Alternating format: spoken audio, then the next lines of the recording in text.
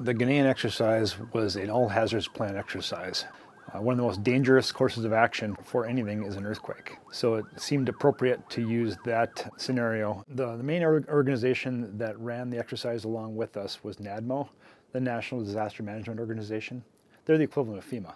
So we are doing that to assess our preparedness, just in case a tragedy strikes the nation. How prepared are we as security agencies to come together and put things in proper perspective? We did 4 tactical exercises. On Tuesday, we wanted to do a tactical exercise that put the National Ambulance as an incident commander. So it was a casualty collection point, which was in Tema Canoe Village. It's a very congested area.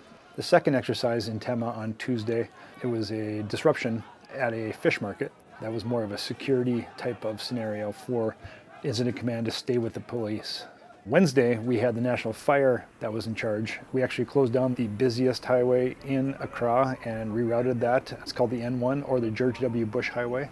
The tactical exercise, it was a hazmat exercise where a truck with hazardous material was broken down and got in an accident, and the fire had to come in and remain the incident commander through the engagement, while also allowing the first responders to support the rescuing of the civilians on the road. Thursday, the Ghanaian Armed Forces did a search and rescue exercise with building collapse. So we were able to work on a rubble pile, and Ghanaian Armed Forces did a remarkable job, as all the agencies did, on being the incident commander of a search and rescue type of engagement. The importance of doing an exercise is interoperability, to ensure that all the agencies understand how to work with each other before a disaster happens. And also, we wanted to make sure that all of our participants were at the same scale of understanding and learning of incident command systems principles. ICS, as we say here in the States.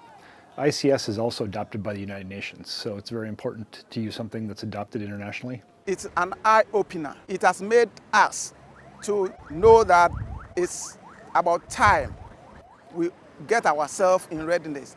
And it has made us to also inculcate it in our training program, so that our up-and-coming youth will also know of what we are doing, or the possibility of the tragedy striking, and when it happens, what everybody should know. So in short, it's creating awareness.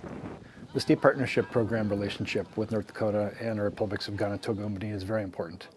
It allows us to really use some of the things that we do very well, which is defense support to civilian authorities. I think that's probably one of our largest portfolios with the U.S. Africa Command, and what we can bring the most to the table, besides our NCO engagements. The great thing about the State Partnership Program is it allows for us to showcase the amazing soldiers and airmen we have in the organization. All the state active duties we've supported within the communities in North Dakota really come to bear when we go over to do these exercises in Ghana, Togo, and Benin. It's very important that we're also to pass on this knowledge to our partners. We learned a lot from them as well. I want to applaud you for coming and for you to assist in training our personnel in this regard.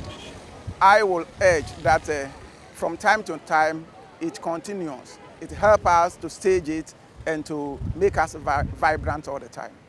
We can learn from each other on exercises like this, and I really wish that we can continue doing this with U.S. Africa Command.